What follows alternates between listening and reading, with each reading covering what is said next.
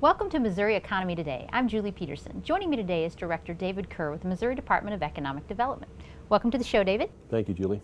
Last month, the Bureau of Business Research reported that Missouri leads all Midwestern states in strengthening its entrepreneurial environment. What do you attribute this development to? Well, I think it is a culture and a commitment to really address small business and entrepreneurship. Certainly, we believe from day one in this administration that our objective is to create jobs for Missourians to put them back to work. Our unemployment rate is down and has been significantly lower than the national average for some time, but it's still far too high. So we're working every day to ensure that we put Missourians back to work, that we create jobs and that we keep jobs in the state that will keep our citizens working. And certainly we have placed a high priority in terms of small business. For example, in the Strategic Initiative for Economic Growth, where we identified 8 strategic initiatives, one of those initiatives was to create a climate that supported the small minority businesses.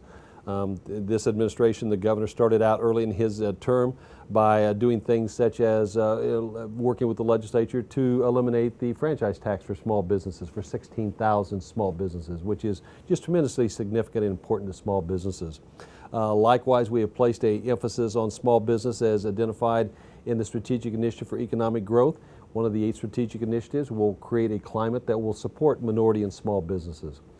Certainly we believe that as we look forward, we have to plan to the future, and we want to make sure that we do everything we can to create jobs for Missourians, whether those be large or small businesses, but we want to make sure we continue to focus on the small businesses so they don't get lost. Are there programs that the state of Missouri offers to help entrepreneurs get their products from the idea stage to the market stage? Yeah, Julie, there really are. The governor started early in his term of identifying $2 million to be directed toward the Small Business Loan Program. That is a program that was initially designated or was designed to help any company that had 5 or fewer employees in terms of loans needed to help them, whether that be to sustain their business growth or whether that be to help with inventory or whatever business operating costs they may have. We've expanded that now to include all businesses that have 15 or fewer employees. But again, right out of the box, the governor established that to again focus on small businesses around the state. Also, we were very successful of applying for and receiving $27 million from the federal government under the Small Business Act that was passed in 2010.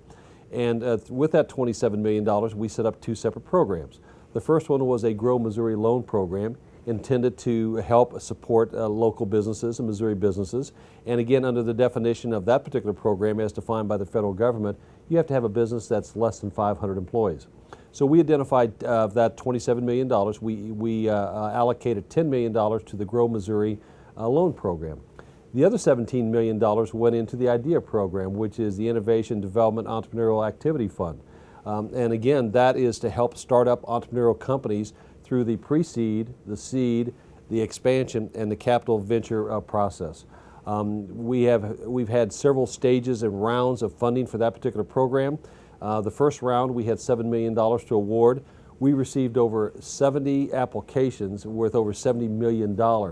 And out of that, we actually awarded 19 companies. These are startup companies, again, pre-seed, seed, venture capital, and expansion programs that need that to really make the next step forward. So yes, we have a number of programs that we have tried to identify and to focus and to identify focus on small businesses around the state. Right, and several Missouri businesses continue to tout growth even in a sluggish economic period. What are some of the things that have helped Missouri businesses survive and thrive? Well, you know, you have to create that environment and that culture around the state. We've been very pleased that in the last couple of months, Missouri has been recognized as one of the more business-friendly states in the United States.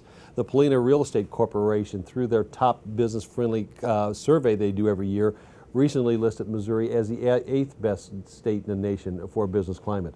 Additionally, the American Chamber of Commerce, the U.S. Chamber of Commerce, recently listed Missouri as the 7th state with the most friendly tax and regulatory climate. So those are the types of situations that we try to focus on every day in terms of, again, having an environment that supports small businesses. Also, we have been very fortunate through these tough times that all states have faced in the last 3 years of being able to balance our budget without tax increases. And as a result of that, Missouri is one of the few states in the nation that has been able to maintain its AAA rating from all 3 major rating agencies. And what that allows the state to do is, again, leverage that strong credit rating to be able to loan, or excuse me, be able to go out and seek bonds at a lower rating. For example, several months ago, we went out and refinanced some bonds that not only allowed us to reduce the term of the bonds, but we saved $19 million. And in fact, Missouri had the highest bond rating of any bonds issued on Wall Street that week. So again, you can see by fiscal discipline, in terms of balancing your budget without raising taxes, the positive impact that will have on a state. Absolutely. And moving forward just a bit, as we head toward the final quarter of 2011, what does the future of the state's economy look like? Well, certainly, Julie, we are just coming out of this recession, and it has been a recession that everyone knew that it was going to be a long recovery period. Missouri has fared better than many and most of the states. Certainly our unemployment rate, a little less than 9%, is still too high, and we're going to continue to work every day to create jobs for every Missourian that wants to work. But having said that, we've made significant progress over the last year to year and a half. We're going to continue to work to drive that unemployment rate down.